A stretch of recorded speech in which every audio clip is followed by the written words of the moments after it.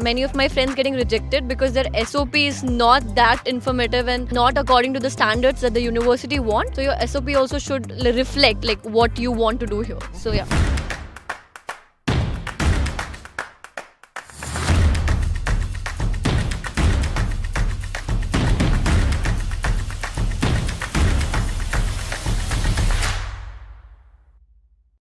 Alright guys, so finally I'm coming to India in 2024. I'm doing a quick meetup in about 6 cities of India, and in this video I will tell you how you can register, which city I'm coming to, what time are we gonna meet, where are we gonna meet, all of that. But before that, let me tell you what are we going to cover. We will cover blocked account topic, we will cover part-time job, we'll cover visa part, we'll cover everything what it takes for you to get your life started stress-free once you land here. I know a lot of students are coming in winter intake 2024. Irrespective if you've got the admission or if you don't, please come to the event. Let's meet in person. Now I'll tell you which cities I'm coming to. First is Mumbai, and I'm coming in Mumbai on 26th of July. Second is Pune. I'm coming there on 27th of July. Third is Kochi. I'm coming there on 3rd of August. Fourth is Chennai. I'm coming there on 4th of August. Fifth is Bangalore. I'm coming there on 6th of August. Sixth is Kolkata, and I'm coming there on 9th of August.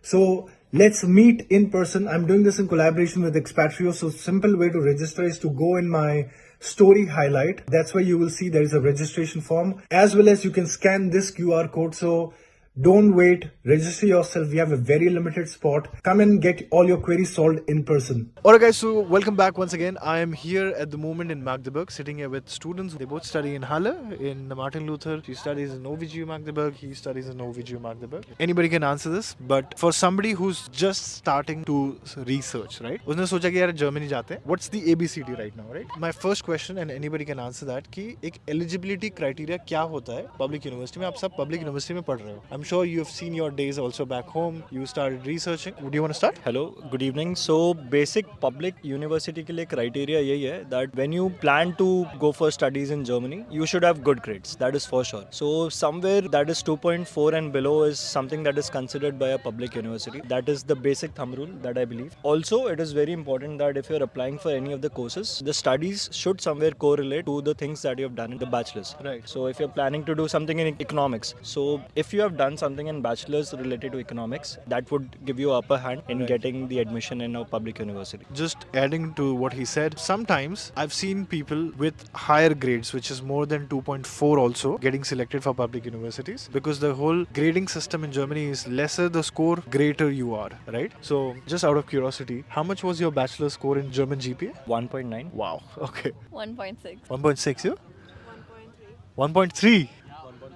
What is this, guys? Oh my god, man. You should be lucky you're sitting around this college.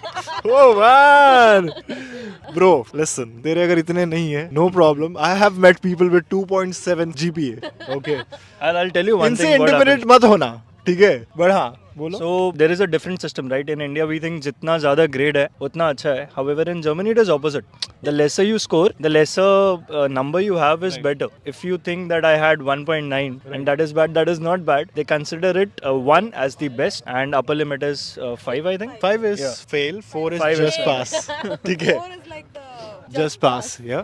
Okay, एक और point कि सिर्फ grades देख के ही नहीं होता है, right? This morning we filmed a video with you, and you said you applied for 5 college, 3 college, and you got selected in 2. So एक ने तो reject किया फिर भी. हाँ, एक ने reject किया, एक ने respond किया ही. एक ने किया ही नहीं, right? Do you want to add some points when it comes to criterias?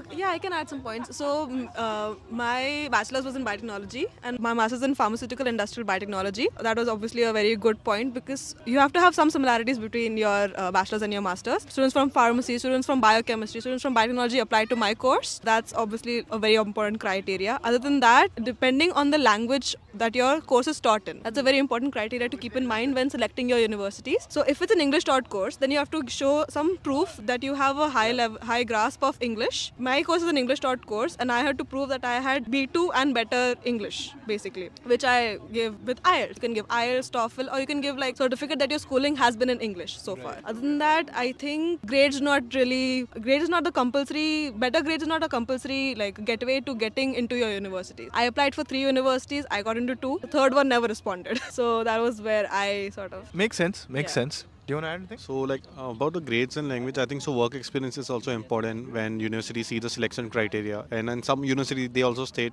clearly if you don't have like a one semester less, like most of them ask for the 210 credits, but some of them like say it's if you have 180 credits, it's fine. You can prove your work experience, and like we can still give you admit if you have a good grades, of course. So I think so. Work experience also matter, and also one thing I will add to this, like most important thing, what I felt according to me is like ECTS. If your ECTS, whatever you have done in your bachelor's, if that is matching with the ECTS for the master's program you are applying and your grades are good, then I think so you will get it. I felt this in my research that I got a many rejection because like reason was that your ECTS does not match with the master's program. Your bachelor ECTS does not match with the master's program. This is the main point: grades and ECTS, and also work experience will be an add-on thing. And if some university asks for the German language certificate, like if you go for the business course, then sometimes they ask you should have at least A1, A2 or B1 level of German, because if you're doing business in Germany or Europe, then you will be facing customer, and for that you need a language At least with private universities they don't ask, but maybe public they yeah, might. mostly it's depend about the criteria of different Exactly. university. Yeah. Right. Okay.